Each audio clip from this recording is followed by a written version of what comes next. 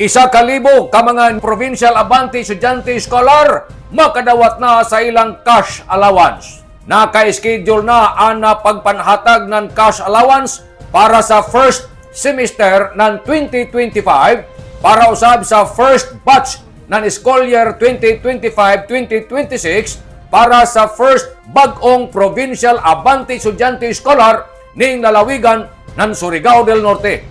Si Provincial Governor Lyndon Barbers milaong na malipadyon siya na ang opisina ng Provincial Youth Development ng ato probinsya na nagapahibayo sa schedule sa pagpanhatag sa cash allowance para sa first semester sa school year 2025 ngadto na sa 2026. Base sa tagpagawas na impormasyon gikan sa Surigao del Norte Provincial Youth Development Office, nasa Disyembre 18 ning tuiga, adlaw nga Huwebes, amo na ang pagpanghatag. Ang oras, alas 9 ang takna sa buntag, hangtod sa alas 5 ang takna sa hapon. Ang lugar, didon sa Provincial Gymnasium ning ato siyudad ng Surigao.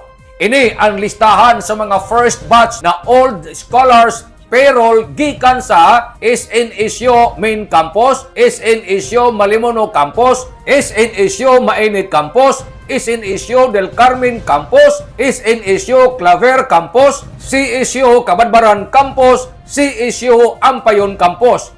Inisab ang listahan para sa mga first batch ng bag-ong scholars payroll gikan sa SNSU Main Campus, SNSU Malimono Campus, SNSU Mainit Campus, SNSU Claver Campus, CSU Kabadbaran Campus, CSU Ampayon Campus. Samtang ang listahan sa ikaduha nga batch sa mga scholars ilara ipahibayo pinagi sa pagpost ng FB page sa Surigao del Norte Provincial Youth Development Office sa umaabot na buyan sa Enero. Palihog rakan pagmonitor para sa idyo makuha na idyo cash assistance para sa second batch. Timan inidyo ang payroll number sa nanwa payroll group. Adyaw gadyo didyo kalimti pagdayas ang idyo school ID para sa identification. Sanahan, para sa mga scholars na dili makaklaim personal sa inyuhang allowance, pwede magkuha ng authorized representative para sa idyo.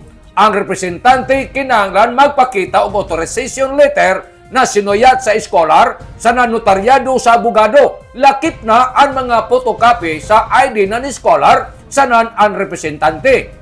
Sa mga nakapanalinga kuman ng ato balita o sa ato sibya, palihog rakan sa pagpakatap sa ini na impormasyon. Salamat karadyaw sang hinaot nga panalanginan kita sa Dios laong ni Governor Lyndon Barbers. Nanukad gikan diri sa Kapitolyo ini si Marek Senors Marcon Sim Vlogs Mario Conali Simurlan mula ang salamat. Maradyaw na adlaw natong tanan.